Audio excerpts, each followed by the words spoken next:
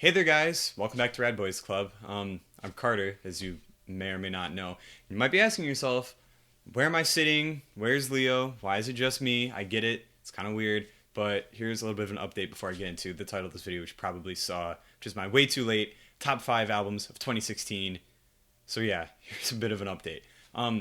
So as you know, Leo and I were seniors when we originally started this podcast, and we actually had one last video lined up before graduation, but we never got to finish editing it. It was a review of Drake's Views, ironically enough, and we had it all but done and couldn't export it and get it uploaded in time, which kind of sucks, but that's just the way that things go. So yeah, that's why we ended so abruptly, and stuff happens.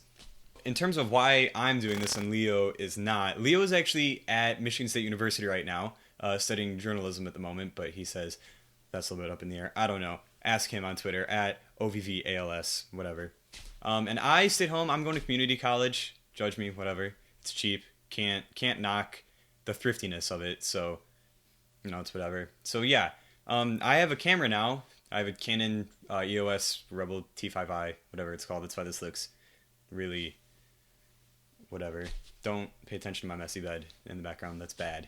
And yeah, I have a microphone that Leo has the same microphone. We were going to try to do the podcast remotely, but it doesn't really work that well over Skype, and it's hard to record and get them synced. So yeah, I'm just going to do some reviews and stuff by myself for a little bit. And yeah, that's kind of the plan for right now. Top 5 albums of 2016, now that it's almost February of 2017. Now, before I get into this list, I do want to say this is just my opinion. These are not the 5 best albums. These are not the 5 highest grossing. These aren't even maybe the 5 completely best albums. These are just 5 albums that I know I listened to a lot this year and that I also really, really enjoyed. There's probably going to be some that you guys don't agree with and some that you do. That's just the way that it goes. So coming in at number 5, we have actually the first review that Leo and I ever did on this channel. We have Lil Yachty's Lil Boat mixtape, which I guess technically isn't an album, but it's a full-length project, so I'm counting it. I had this album burned on a CD to play in my car, and I listened to it so much in 2016. I don't know how the CD still works. I listened to this thing for like 2 months every day, just in my car, driving to and from school, driving wherever. It was just the mixtape constantly. The intro track on this album was like the most mind-blowing thing I'd ever heard up to the time. It was like autotune rap, but better than anything that I was aware of. I thought it was really good. I thought the production that Burberry Perry put through on this album was really good. I thought the features that Yachty had on this album, for being relatively unknown to the mainstream rap community, were amazing. He had Quavo and Young Thug. I mean, come on, you can't knock that. I thought that there were very few skippers on this track. I thought that it was just very, very well rounded. If I had to name my favorite track on the album, it would be "Wanna Be Us" with Burberry Perry. I thought that album, or that song, was just really, really good. Total banger. I never got sick of it. I still listen to the album sometimes a day, and it's still good. I don't know. A year later, I still really, really, really like it. So number 5 was the Little Boat mixtape. Okay, coming in at number 4, we have Car Seat Headrest's Teens of Denial. This was an album that Leo put me onto. Happens a lot. Leo shows me so much music that I like. So Leo, if you're watching this, shout out to you for putting me onto so much good stuff. But Teens of Denial, it just has a really good, raw kind of alternative lo-fi sound, and it has like that perfect embodiment of like teenage angst of just, I'm sick of high school, I'm sick of my parents, I'm sick of my siblings, whatever, and I just want to get all of that emotion out. And I really, really, really enjoyed this album. I thought that it was super good in every way. Sonically, the mixing was good, the vocal performances were good, the guitar performances were good, and the fact that Will Toledo, who is Car Seat Headrest, that's his real name, did all of the instrumentation on this album. I thought that was really impressive to show how diverse he is at playing every instrument. There are multi-instrumentalists out there like Mac DeMarco, one of my other favorites, but like, I just thought how complex every component of the instruments were on this song was really a good showing for how good of a musician Will Toledo really is. And I really enjoyed this album. If I had to pick a favorite song off of this album, it would either be Destroyed by Hippie Powers or Drunk Drivers and Killer Whales. I thought both of those songs were really good.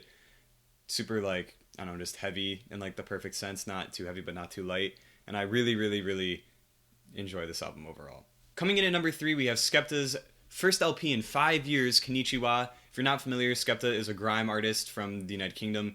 Really, really good, very popular over there. He's like the Drake of the UK, pretty much. That's the best way to describe him.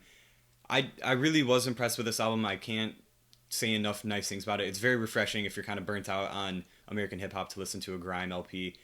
Very, very interesting noise. The production's different than a lot of the stuff you hear, and had very, very good features. Um, It Ain't Safe was a total banger. That was like a SoundCloud track forever, but it made it onto the final cut of the album. Total banger. It's just every time I come on, I get super hyper, and I can't do anything but love that song in this album. Another great track, obviously, is Shut Down. Huge for the grime community. That song played everywhere. I mean, it has Drake on the intro. You can't knock the success of that song. And then of course there's That's Not Me, that was the first Skepta song I ever heard. Shout out to English gaming YouTubers. That's how I discovered Skepta, which is kind of embarrassing, but it is what it is. And then my favorite song though on this album was Ladies Hit Squad featuring ASAP Nast. I don't know, really cool production, really dreamy, kind of that melodic, like synthy sound, and it's really a good track. I highly recommend. So number 3, we have Skepta's Konnichiwa. All right, coming in at number 2, my second favorite album this year was Cozy Tapes Volume 1 by ASAP Mob, which, okay, maybe some of you won't consider that a full LP, but it's a project nonetheless, and even though it's like a posse collaboration, it counts in my heart, and that's all that matters. So my number 2, obviously, as I just said, was Cozy Tapes Volume 1, Friends. This album has so much variance in production, and the features and the just different people they got to work on this album with ASAP Mob was spectacular. I thought there were very few poor parts of this album. I loved most of the tracks on it. Some of my favorites, including Way High, Nasty's World, Runner, and my favorite track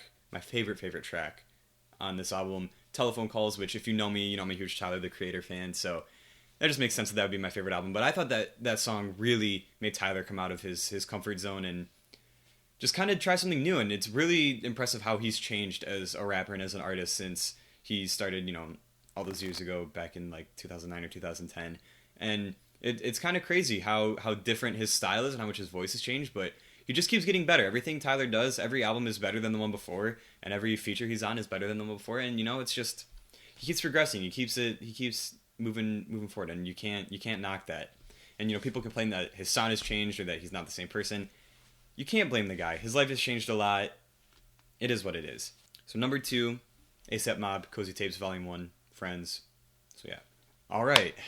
So this brings us to my number 1 album of the year. My favorite album of the year, whatever you want to call it. Probably not a big surprise. Maybe a big surprise. I don't know. Depends on how much you've watched this channel or not. But my number 1 album, pretty obvious at least to a lot of people that know me, was Frank Ocean's Blonde, his second LP. There's no bad tracks on this entire album. Every song is good. This is an instant classic. This will be one of the best albums of this decade when you look back in 30 years. I'll play this album if I ever have kids for my children, because this album was just, everything on it was beautiful. Frank's vocal performance, beautiful. All the production, beautiful. The lyricism, beautiful. Worth the wait, well worth the wait. Was I frustrated when it didn't come out when it was supposed to originally? Yes. Am I happy that we got what we got? Very, very much so. I love this album. My favorite tracks on this album, even though I like pretty much all of them, have to be Ivy, White Ferrari, Siegfried, and my favorite song on this album, Self Control. That album is like an emotional roller coaster. The guitar part is great. I don't know, the lyrics are good. I love the vocal feature from the lead singer from Slow Hollows, who has done some work with Tyler, the Creator, like I just mentioned. The fact that he's one of 3 people who had a vocal feature on this album, and he's like relatively unknown compared to Beyonce and Andre 3000. That's just really impressive. And that's really cool of Frank to put a guy who's not as well known onto his album. And I really thought that was a cool and unique track and something different than we've heard from Frank, with it just being primarily guitar as the production.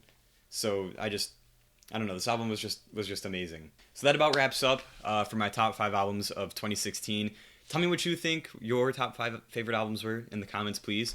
Be sure to like and subscribe if you haven't already, and to follow all of the social media for Rad Boys Club at myself and Leo, even though he's on a hiatus with school right now.